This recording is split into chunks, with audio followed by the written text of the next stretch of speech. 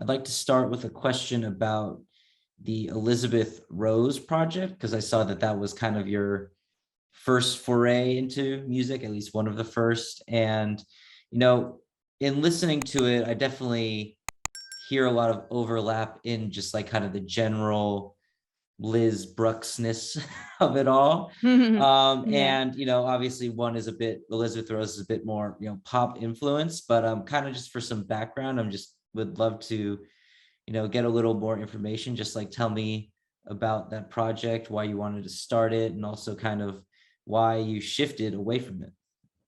Yeah. Well, it actually started with me playing acoustic guitar, covering Joni Mitchell songs when I was like 16 or 17. At that same time, though, I was also experimenting with like making electronic instrumental tracks in GarageBand. I had a lot of like a random mix of influences growing up. So it was like a whole lot of dance electronic, but then there was also a lot of like folk, indie, singer-songwriter, yeah, pop, rap, R&B, everything. But I think what like the common thread with all of the influences is that I'm firstly like I firstly gravitate towards tracks that are like really rhythmic or like just really left of field, be that like sonically, but also lyrically. I think that's why the Joni Mitchell reference comes in, because her storytelling is something that I still carry with me to this day with how I approach what I write about. So, getting back to the Elizabeth Rose project, yeah, I was just super inspired to just start out by writing these quirky little guitar tracks, recording myself into GarageBand. And then it kind of progressed into more of like electronic space when I was out of high school by 18, 19. I switched over to using Ableton Live. My older brother, Anthony, was actually a really big influence on me. So he's a DJ and producer as well. His project is called Hook and Sling. So growing up, like watching him produce and DJ on vinyl was like a massive influence. I knew I wanted to do that. I guess from there, I really was trying to find my sound for the first like 4 or 5 years, I think. And eventually I kind of found my way by about 2013, 2014, I'd say, where I released my self-titled EP, which had like The Good Life, Sensibility. Yeah, that EP feels the most similar to me to like my BRUX stuff, if I was to compare the two, especially The Good Life. But from there, like I kind of diverted again into doing like an album. I wanted to kind of sink deeper into like my pop influences. Although at the same time, I started to feel restricted with like what I could talk about in the music, and also sound wise what I should be using in order to have maximum exposure and writing for radio. And I just started to focus on too many like limitations, which was really making it quite boring for me. And so, when I released my album in 2016, it wasn't quite received the way I had hoped. And that was kind of like a turning point for me, where I realized like, okay, I think I actually need to change things up here. This doesn't feel authentic to me anymore. And yeah, that's where I really pulled back. I left my management, I left my label, left my booking agent. I was completely like alone in 2016. So I felt like a mid-career crisis. I don't know. It was really stressful that time in my life, but I'm so glad I did it.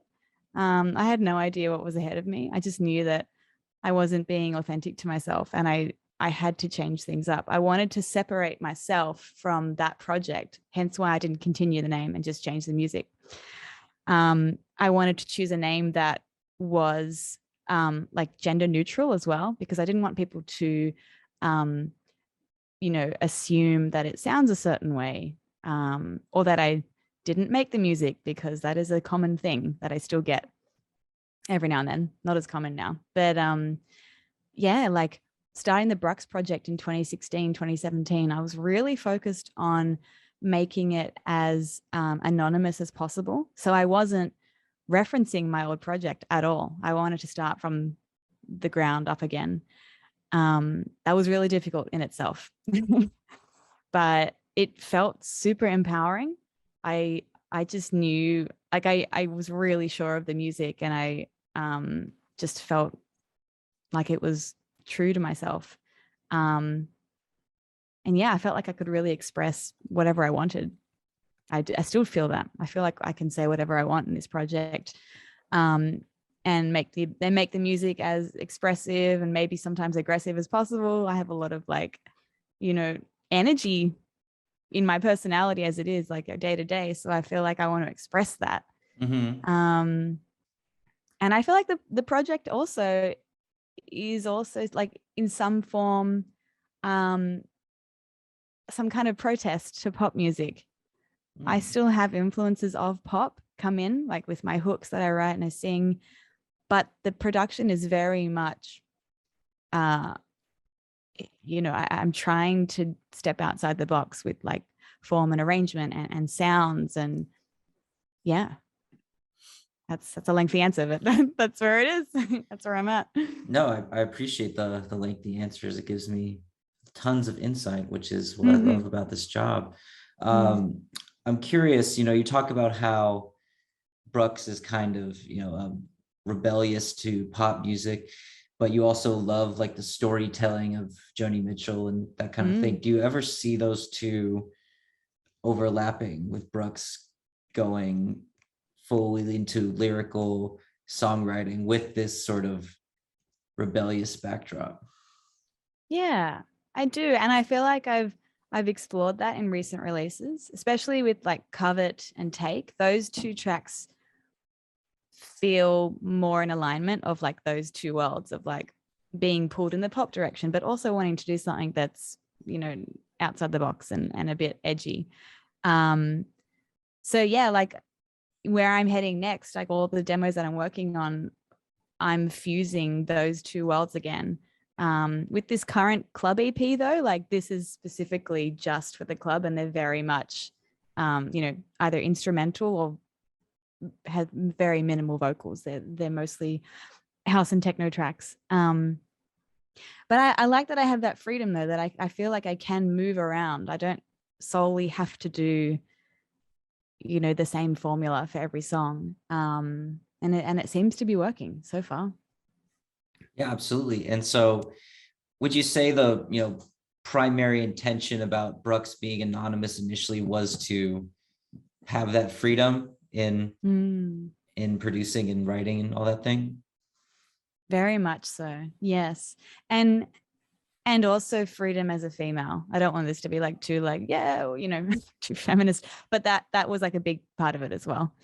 I wanted people to just listen to the music and judge it for what it is. I didn't want my face to be attached to it, because it is so much about that, unfortunately, being a female in this industry. Yeah, I mean, I'd like to think it's getting a little bit better, but you're certainly right that it still like plays a role. I mean, just on a personal level for me, I've friends who are female who are music producers, and there's always the assumption that they're also singers. And Right. is that quote unquote a bad thing to be considered? No, but they don't see why them being female automatically attaches to them. It's kind of like similar to what you're talking about, to where like, even though, some of them are singers, but it's like, there's no reason to assume that, that's a totally a byproduct of discrimination and devaluing females in the music industry as a whole. And, I mean, perfect world, no one will feel like they need to be anonymous to Mm. you know, to escape that. But again, Yeah. I hope we're moving in the right direction. So Yeah. it's all we can do is hope about it, right? And Definitely. And I feel like the thing is too, to like, as an artist, to not put too much focus on it too. You know, like I don't want to be on a festival that's only women. You know, like I feel like that's making like a it's like I'm a token, you know. Yeah. Yeah, that's a thing where it's like it's probably a bunch of white male cis straight guys Yeah. putting together a female Just super lineup, proud of you themselves. Yeah. know, to pat themselves on the back, you know. And Yeah. again, you know, it's delicate. And there's no clear cut way to do, you know, to do the right thing, but you know. Yeah. Mm. Like it's definitely changing. Mm-hmm. And I feel like it's up to us as well, as in female artists, female identifying artists, to lift each other up. I feel like that's a big part of it too. Mm-hmm.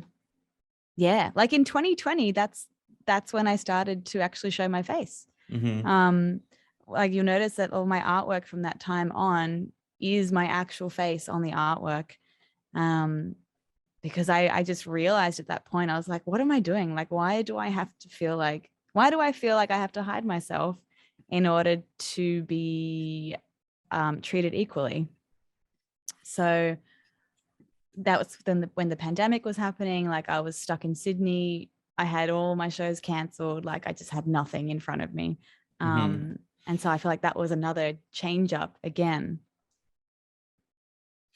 The first like major EP that you put out once you did like the full reveal was on Deadbeats, and I'm wondering, is there any specific reason like did Deadbeats kind of like help you or inspire you to do that? And I mean, I'm just curious because like I'm familiar with them on like the back end. I know Harrison, I know Sippy, I know a few of them, and they've always just struck me as really awesome people who, I mean, even just looking at the music that they release, there's no kind of like boundaries or limits. And it seems like that's the kind of thing that philosophy that they integrate into the entire, you know, all of the aspects of the brand. And so I'm just wondering, like, did that play a role in your decision to like have your first like EP with the fully revealed identity out through them? Image wise, no, it didn't. I had actually decided that before joining Deadbeats. Mostly because I had a really good conversation with an artist friend of mine, Nina Las Vegas. She's like a DJ producer based back in Sydney. And I was having Zoom calls with her in 2020, and we're just talking about like, you know, how it is being perceived as a female in the industry. And she was really saying some great things to me about like, you know, empowering me, pretty much encouraging me to like embrace my identity and embrace who I am. Like that really changed it for me. I think that really left quite a big impression after the conversation. I really sat with it and I realized like, yeah, like I should be doing this. Yeah. Nina's, I mean, I know Nina's music and she's great. And I've actually been able to interview Anna Luneau a few times. We're kind of friends now. I interviewed Hugs and Jimmy from Flight Facilities, who I know you've worked with. Oh, nice. Yeah. And so, you know, I'm curious, just like, you know, after speaking with them, speaking with you, hearing how Nina empowered you and helped you to empower yourself.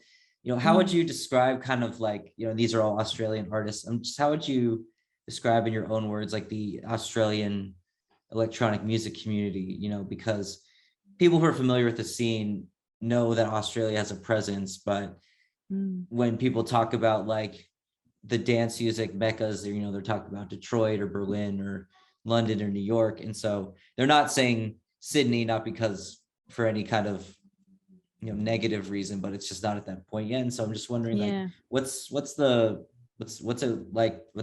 Australian kind of community like over there? Yeah, it's there's like a real camaraderie amongst the scene there, which is really lovely. It's a very tight-knit community, and you know, we all really support and encourage each other. The scene back home, unfortunately, it's it's very different to what it used to be, mostly because of the venues available now. Like there's just so many live music venues and clubs that are just non-existent, that really affected all of us in the community be able to like hang out together and support each other's shows. And like it's different to what it used to be. You know, I remember 10 years ago going to King's Cross to go and watch like my favorite DJs play and like go to club nights, and it's most of that doesn't exist anymore. But there's still that strong sense of community and connection between all of us, which is really special. It's hard to beat that. Kind of miss it.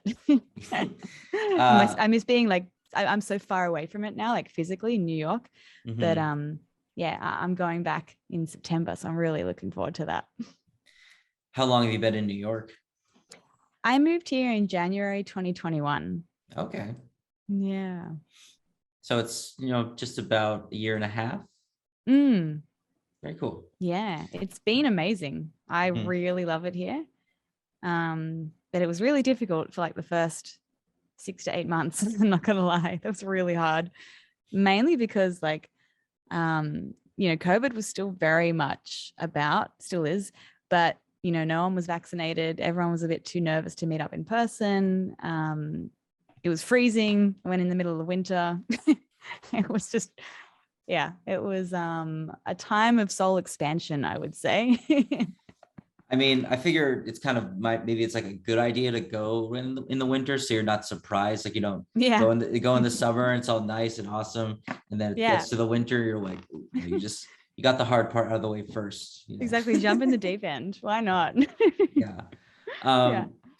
With the pandemic lighting up, do you see like maybe the Australian scene seeing a bit of a resurgence? You know, maybe some new venues opening, more artists coming out, that kind of thing.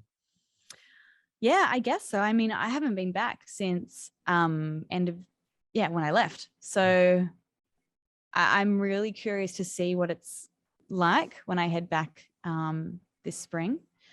But there's definitely a lot of festivals and club shows happening, which I'm seeing, like, I mean, I'm hearing about for bookings at the end of the year. So that's really good to see. That's really important. But yeah, aside from that, I feel like I'm really detached from it at the moment, just being physically not there. It's hard to kind of grasp what it's like. Yeah. Cool. Yeah. I mean, winter might be like the first like real show, just because I know that's with summer down there, obviously, and that might be the first like real demonstration. Well, so we shall see. Yeah. Well, Splendor in the Grass is coming up, actually. That's one of the biggest ones. I think that's in a few weeks. Oh, very cool. I'll keep an eye out for it. Yeah. One more question in this regard. I was just curious, what was it like to work in the studio with Hugs and Jimmy? Because that was by far one of my most entertaining interviews ever. Yeah, they are very, very funny. I've toured with them as well. Like, I've known them since 20. Yeah, I have some wild stories. Don't know if I can share them, but they are very funny. Yeah, like writing. Well, the first track we worked on was Didn't Believe, when I featured as a vocalist as Elizabeth Rhodes back in, when was that? 2013, I think, 2014. I didn't write that top line. I just featured, I sang on it. But that was like my first kind of instance of working with them, because I had prior to that done a remix of Foreign Language. And then like that was the first time I'd heard them, like not heard them, that was the first time that I'd met them, because they reached out and they were like, oh, we love this remix, like we want to release it officially. I was like, oh my goodness. And that's where the friendship started. I then went on to like tour with them over the years, like a few different festival dates, and like we would perform that song live. And then Wait and See, that came about in 2016. I wrote that. So they had sent me like a whole folder of instrumentals for the album that they were working on. And that instrumental was one that really stood out to me. And yeah, at the time I was like going through this ending of like what was kind of like almost the start of a relationship, but it ended so quickly that it was kind of like a whirlwind of like, what was that connection, you know? And it came together really quickly for me. I was in quite an emotional state about it. So that song is really special to me. And yeah, I think I actually recorded that remotely. So wait, did I? Yeah, I think I did. But yeah, like I'd seen them over the years. You know, they'd come to my shows, I'd go to their shows, DJ sets that they would do. They are legends. I love them so much. It only took them 5 years to put out I the song. know. Yeah, exactly. They're known for that. Yeah. Cool. I mean, yeah, theirs was one where like we were talking for like, we scheduled for an hour. The interview lasted for like an hour and a half, and they're like, wait, we got questions for you. And I was like, okay, Oh, this is new. yeah. This is new. Yeah, that's It awesome. was so funny. Yeah. Cool. And so shifting gears a bit to, you know, the music, the upcoming EP and things like that. And so now that you're kind of steadfast in fully having revealed your identity through the BRUX project, I'm just curious how that is affecting the music you're making, because I mean, you said that being anonymous in a way empowered you before, and it's because, you know, you didn't have any preconceived notions attached. And so, you know, it went from being empowered to being anonymous. I guess, like, what was kind of like the feeling that followed that when you did reveal your identity?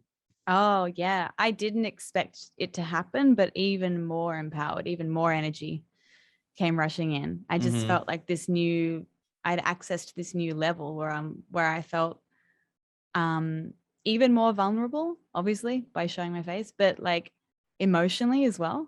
Mm-hmm. Um, and and maybe that's why, like, since revealing myself, the music that has come out is really quite charged energetically, and it sounds urgent, and yeah, it's been even more empowering.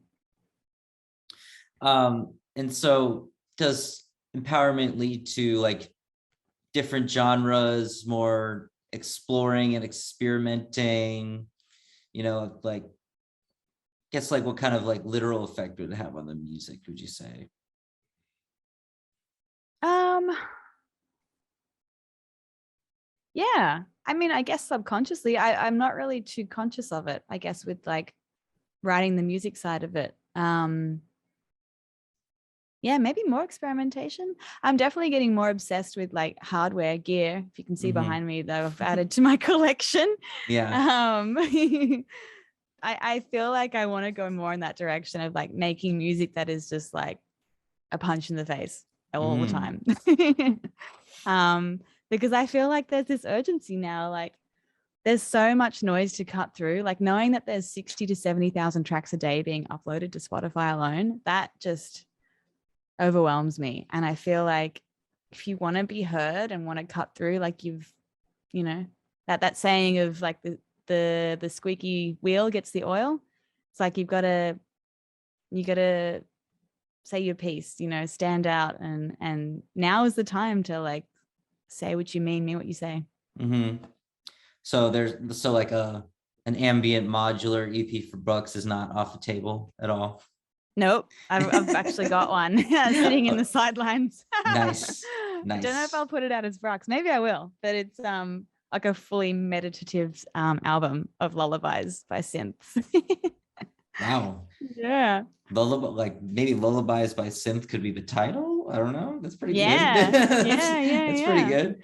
I've got to work out how I'm going to release that. But that is something that I wrote in 2020, and it's like it's very special to me. I got to figure out my plans for that. Awesome. To be Well, continued. be sure to email me that so we can Yeah. get a story going. Yeah. Um, and so I'm curious, you know, given what we've been saying about this like current phase that you're producing, like tell me a bit about the upcoming Vinegar Hill EP. You know, like what was kind of your goal with it? You know, what was the intention behind it? That sort of thing. Yeah. Or it's the Bad Boy EP. That's what I've titled it. So the lead track is Bad Boy, the single that just came out. So 3-track EP. These 3 tracks are solely for like experiencing mainly in the club. They're very dark tracks, and I feel like, yeah, they definitely have a lot of energy in them. These are 3 tracks that I wrote over the course of a year and a half, I think, year and a half or so. And so they were written during a time where I felt like I didn't have many opportunities to perform in a club. And so I wrote them out of like frustration, of like, I really want to play a gig. I really want to hear this on a big sound system, like I was writing stuff that I wanted to be really effective in that space. Vinegar Hill, the title of that is actually a nearby suburb. I don't think they call them suburbs here. Back home, that's what it is. But it's an area nearby where I live here in Brooklyn. It's like this dingy but really old, has a lot of history. Like the old original cobblestone streets are still intact. I walk there a lot with my dog down to Dumbo. And it's just, I'm obsessed with that name. It just, to me, it just screams like chaos for some reason. And that track is all about like it's quite chaotic, that particular song. That's going to be the 3rd single that's going to be released. Folly of the Beast, that's the next one that's coming out end of July, end of this month. That one is quite dark as well. That's really like a techno heavy track with some sprinkling of vocals, but there's spoken word, where I'm really asking myself, like, what is it you want? What do you need? Yeah, I don't know. Like, I didn't consciously sit down and think like, I'm going to write a really dark club EP and I want these 3 tracks to be on it. Like it kind of just evolved into that. And the 3 of them just kind of made sense to bring together. Yeah, I don't really have much insight beyond that. It kind of just drops in and I'm just like, okay, I'm just going to go with that. Yeah. Sounds good. Just let it flow through you, Nana. Yeah. Completely awesome.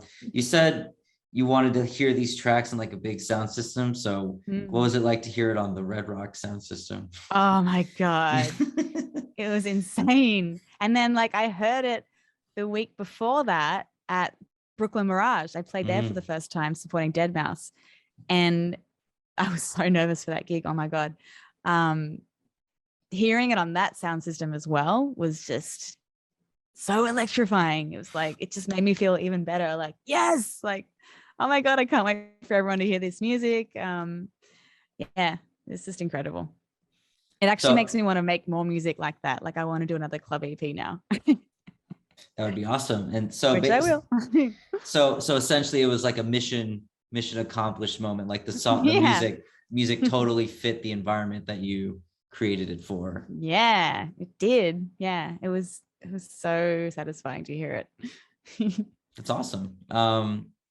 And so I also read that you have a DIY approach. Like you make all your music and then you also style your own shoots and do your own merch and do your own artwork and all this stuff. And so I'm wondering, kind of reverberating out from the decision to fully like reveal your identity, how have those other aspects of the project been affected?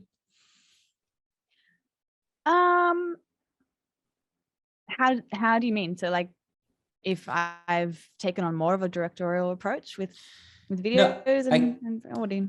I guess it would be like, like maybe things looked a certain way, before you revealed your identity. Now do they look different? Do you find yourself, using different colors, different, styles, just anything like that? Yeah, definitely. Especially with costuming. Like starting out the project in 2016, I was wearing like a black cape hoodie thing that I'd sewn. And like a black mask and like this black sequined like headpiece that kind of draped around my face.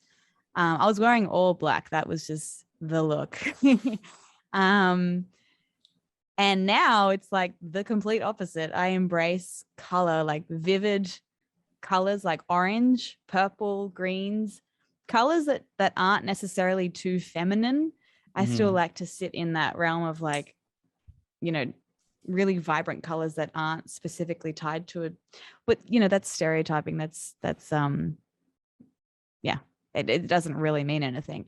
But the colors, that's what kind of matches the music for me now. I'm a very visual person. And, you know, fashion and design is very much up there with my music taste as well. I feel like I have as much input in that as I do producing and writing the music. So they all kind of snowball into the one thing. And so that's why I like to direct, you know, my artwork and direct the kind of type and font I use and like direct the visuals and make my costumes, because I just have this vision of what I think it looks like from making it, like to connecting that to what it sounds like, if that makes sense. Yeah, it's just all part of it for me. Probably sounds like I'm a control freak, but it's not really that. It's more so like I know what I want it to look like. I can see it. Does the music come first and then kind of everything else expands around it? Is it all being created simultaneously together? Music comes first. Okay. Yeah. And then from there, I kind of like, I'll go back and like listen to the demos like obsessively just to kind of get them in my head.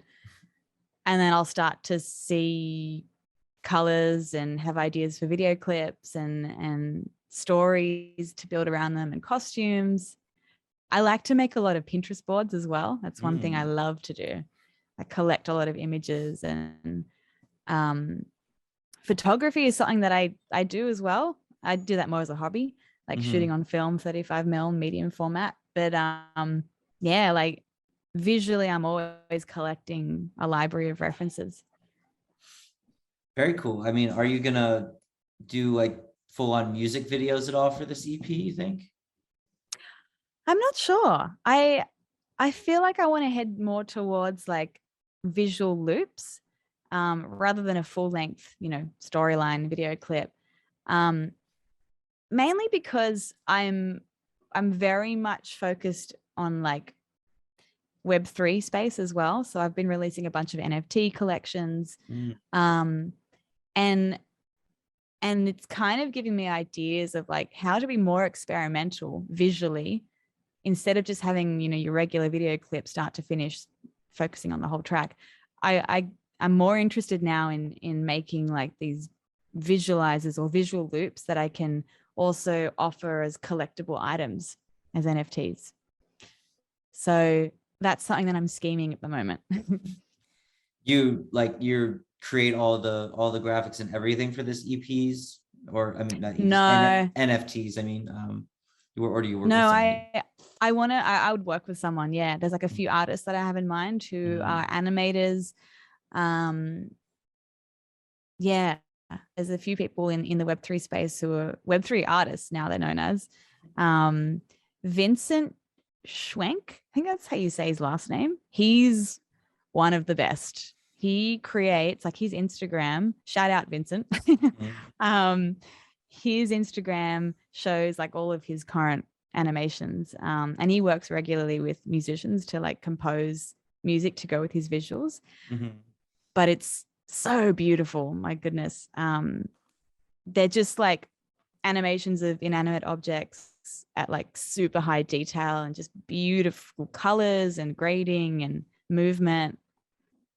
Yeah, highly recommend checking him out. I hope to like work with him and make some cool things together. Maybe he sees this interview, and that's Yeah, the beginning hopefully. of it. Yeah, Yeah.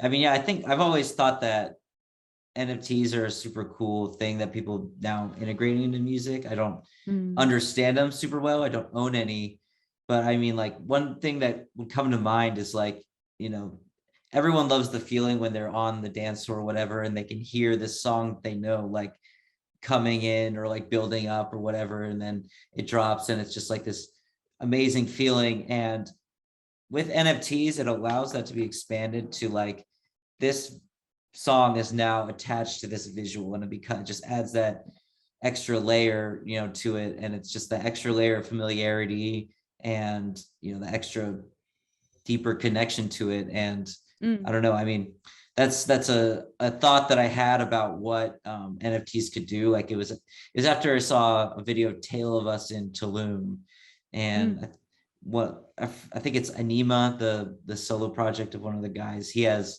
these very, very, very, very impressive NFTs for a few of his recent tracks, and he's putting them all up on the screens and stuff. And I'm just like, it just clicked for me, like, you know, if artists start promoting their music with all these videos attached, those videos are going to, you know, become a part of what people think of when they hear it. And I mean, anything that could expand the experience of the live space, in my opinion, is awesome. You know, Yeah.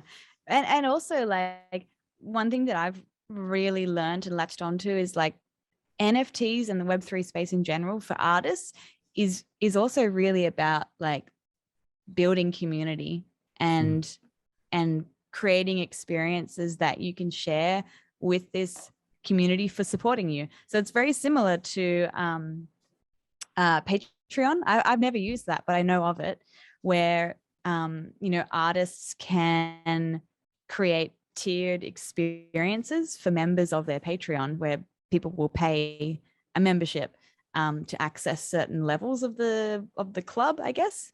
So I feel like that is what I have been really excited about, working out, like, you know, these really interesting utilities and experiences for my collectors to have access to, because they support me, because they want to see me do well, and they believe in the project. I'm definitely working out my next move with my NFT drops with this EP. Awesome. And I mean, coming soon. In the future, you could integrate your film photography into it and all. Like, there's no limit. So like, really anything visual can theoretically become an NFT, you know. Exactly. That's like another thing I realized. I mean, I honestly realized it after I saw, like, it was like on OpenSea, and people will make an NFT of like a circle and a dot in the middle, and or like a scribbled like monkey. But it's like, you know, at least they're trying, at least they're doing something, you know. They're putting like, something out. yeah, exactly. Like, another thing that I've learned too in this last year is that, you know, the more conceptual the project is, the better it connects. People want to be a part of a story, and they're really interested in, like, you know, the bigger picture of like what this actually means for the artist and what it means for their project. Like that's why it excites me so much to be a part of Web3, because I feel like I can be even more experimental in that space, because that's what people value. That's what collectors are interested in. And that's right up my alley. I love doing weird shit. I mean, one example of like the conceptual thing comes from Deadmau5, and it's like, when he plays a show, like the Mirage holds what, like 10,000 people. My guess is there are at least 100 people wearing their own mouse heads who like make them themselves, and not I mean, there are probably some that are efficiently cost efficient, but there are people who make their Deadmau5 level heads with LEDs and all that stuff. And it's like, you know, that's a visual component to a music project that will probably live on forever. If we're being honest, like, that's never going to go away. It's just too famous and prevalent, and you know what I mean? Like, it's going to be around after Deadmau5, you know. That's for sure. Definitely. Exactly. So. It's also like, it's the same thing with like Daft Punk. Like, it's so iconic.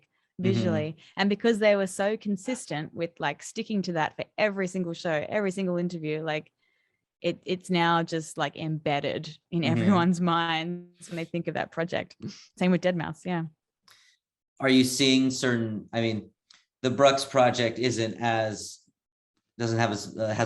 been around as long as Daft Punk or deadmau5 yet. Do you see kind of aspects maybe that you're creating now that you kind of want to keep consistent in that way? You know, are ideas like coming about in that regard for you, for your own project? I'm not sure. I thought I wanted that when I first started the project in 2017. Like I thought I wanted a mask, something that I would design or work with a designer to have something that stays around forever. But I kind of felt like limited in a way. I really love to change things up and visually, you know, change shape and form with every release. I really enjoy that because I feel like I can show more sides of my personality and taste and what I'm into, and reflects where I'm at that point in time. So I don't know if I would want to do that per se, of having like one thing that just stays consistent for the entire length of the career. I respect that for other artists, but I don't know if I want to do that for myself. Cool. I mean, there are other things that can be consistent. It doesn't have, you know, there are other ways to create like a consistent conceptual project for sure, other than the visuals are just one aspect of it. Yeah, definitely. Cool.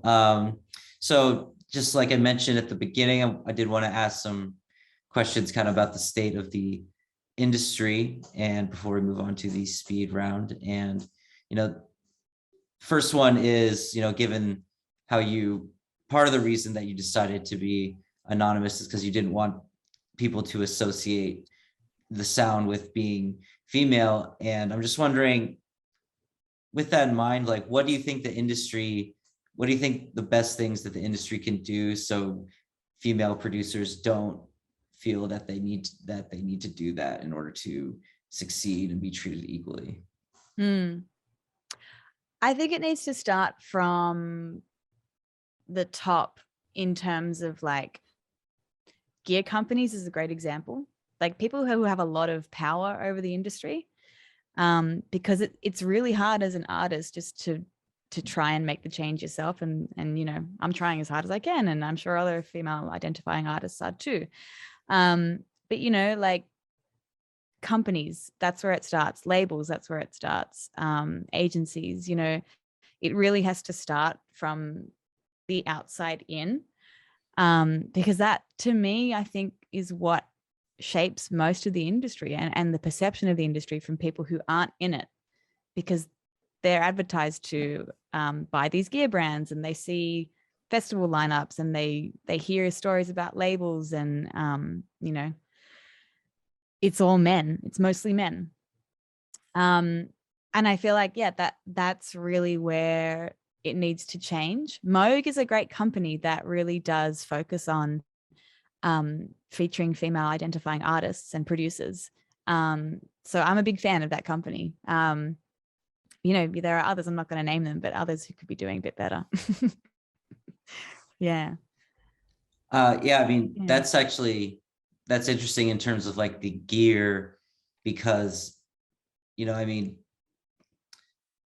I feel like when artists are brought up in terms of kind of like you said, when artists are associated with their gear, getting sponsorships from, you know, I mean, gear is such a vital part of like electronic music specifically. You know, you see those My Studios pictures with all the gigantic walls of modular and all the different hardware and all that.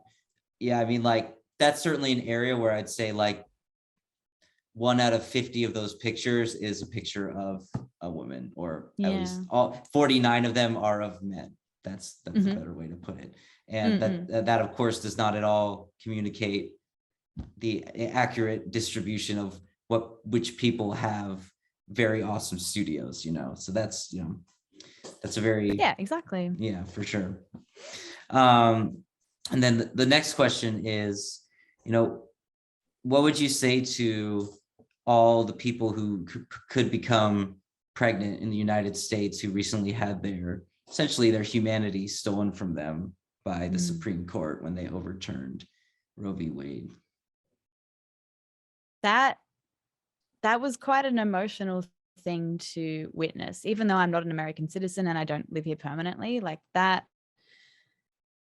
it's just, I can't believe it that we're living in this time in 2022 and that basic right, which is a healthcare right at its core, is not granted to half the population. You know, it's just,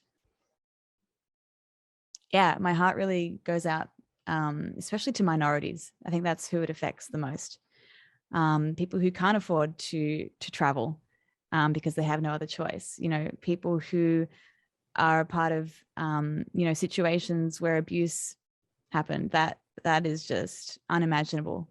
The situation that they're forced into now is just, it's sickening. I really think it's sickening. And the only way that change will happen is that we have to speak up. Men too, like everyone has to speak up about this and protest and not back down. Like we can't just become complacent. Yeah, that's really all I can say. It's really upsetting. Do you believe that there is any hope that these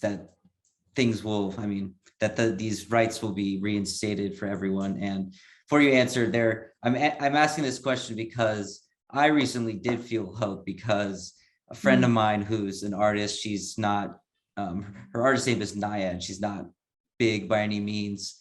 You know, she's still very small, but she organized a Twitch stream because she was big on Twitch during the pandemic. She organized a Twitch stream with her friend, and she got 25 other DJs to do this like nonstop raid train. And their goal was to raise $1,500, but they ended up raising $40,000. Wow. Yeah, that's incredible. Exactly. And so, you know, that in a lot of ways gave me some hope, because, you know, she didn't get some main stage headlining DJ. It was just a bunch of people like her who love Twitch and, you know, just had this community.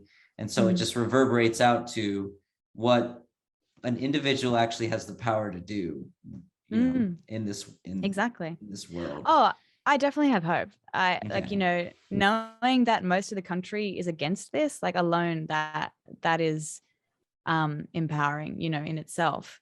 I think what's important is that people vote and they're aware of like how much power their vote has.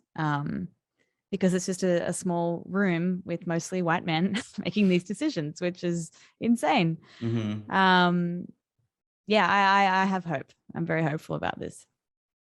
I think you have to be, you know, if you put that energy out there, like it keeps you on your toes and keeps you like pushing for it and positive about it. Awesome. I totally agree. That's awesome. Cool. And so the next part of the interview is the speed round. Do you have any questions about that before we get started, or you want to just like dive right in? Yeah, let's dive right in. I've had a coffee. Let's see how this goes. All right, cool. So is this yes or no? Is that what it is? It's either yes or no, or like option A, option B. There's a few that depart from that format, but not many. Okay, so the first one is Elvis or the Beatles? Oh, Beatles. Okay. Oh, can I say the answer, or you mean like just option A or B? No. You say the answer. Cool. Beatles. So cool. Sitcoms or stand up? Stand up. What is your raving pet peeve? People who bite their nails. Disgusting. like in the crowd or something, like you see them like biting. Anywhere outside of their own home. Coffee or tea? Coffee lately. Yeah. Biggie or Tupac? Biggie. Dogs or cats? Dogs. Ramen or pho? Oh, ramen. Pizza or sandwiches? Pizza. Club or festival? Ooh, that's a hard one. I think club. Yeah. Snow or beach? Snow. Lake or ocean? Lake. If you could have one superpower, what would it be? To shrink in size. It'd be fun. Analog or digital? Analog. House or techno? Techno. Drum and bass or trap? Oh.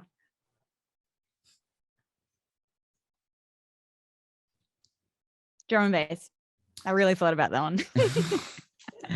Pop or hip hop? Hip hop. What is your favorite color? Orange. Do you like pineapple on pizza? No. Finish the sentence. Before I die, I want to. Before I die, I want to work with the Chemical Brothers. All right, that's a good one. What's your guilty pleasure TV show? The Kardashians. Oh.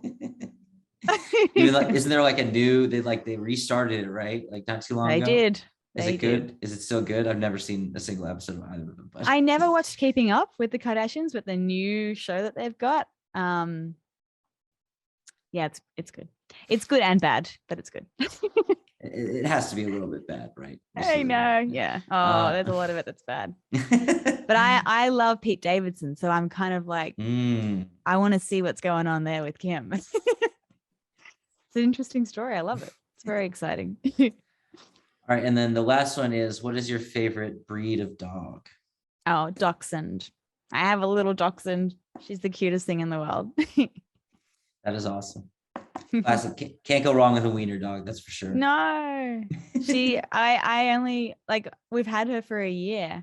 Actually, yesterday was the 1-year anniversary of getting her. Awesome. Her name is Daisy, and she has so much personality. She's hilarious. Is she the kind of dog that like would jump up and get on screen during something like this, or not really? Not really. Like, she would more so just like, crawl at my feet and just like huddle. Any type of physical contact she has, she's happy. Like, her paw always has to be on my leg or on my foot. It's just hilarious. She's really cute. Just needs the connection, doesn't not She about does. attention. Not about attention. Yes. Just like, yeah. Touchy-feely doggy. Cool. I mean, so that was the end of both parts of the interview. I super appreciate you taking the time. Liz, is there any kind of final notes that you'd want to add before we sign off? As in, like, to add into the interview? Just anything you'd want to say, I don't know. Yeah, actually, I want to share a quote that I heard recently. Okay. That really has stayed with me. In the last few weeks, I heard it. I can't remember who said it. It's an anonymous quote, but it's basically consistency without validation is the key. And I thought that was so powerful, because with social media these days, it's all about validation. You get sucked into this like unhealthy cycle of, how many likes do I have? How many views do I have? Who likes my post? Who's watching my stories? It's really unhealthy. So it was a really good reminder to just hear that and stay focused on what's the most important thing, which is just creating music that you love. That's all that matters, and everything else is a bonus. No, absolutely. And I mean, if you chase the validation, it's not going to be yours. It's going to be theirs. Exactly. Then you lose sight of like your own authenticity. Like, you don't want to be making music for likes. Like, I make music for myself. I make music that I like to listen to. I hope that doesn't come across as arrogant, but like, that's how it should be, Otherwise, what are you making music for? You got to love what you do. Yeah. I mean, it's it's definitely not arrogant at all. You know, I think it's almost arrogant the other way, because it's like, if you're making music for other people to like it, you're still doing it for yourself, because you want that feeling. You know, you want to feel like you want some measurement that, you know, what you're doing that is comes good or correct or anything. But if you just like make it for funsies, yes, as an ego trip coming at it from that perspective, I think like it's for ego if people are chasing it for that reason, which a lot of people unfortunately get sucked into that, because that's just the internet these days. Well, it's good to know there are people like you leading the charge to change that. That's awesome. Thank you. This was a great interview. Thanks so much. You're very welcome. I'm glad you enjoyed it. It means a lot.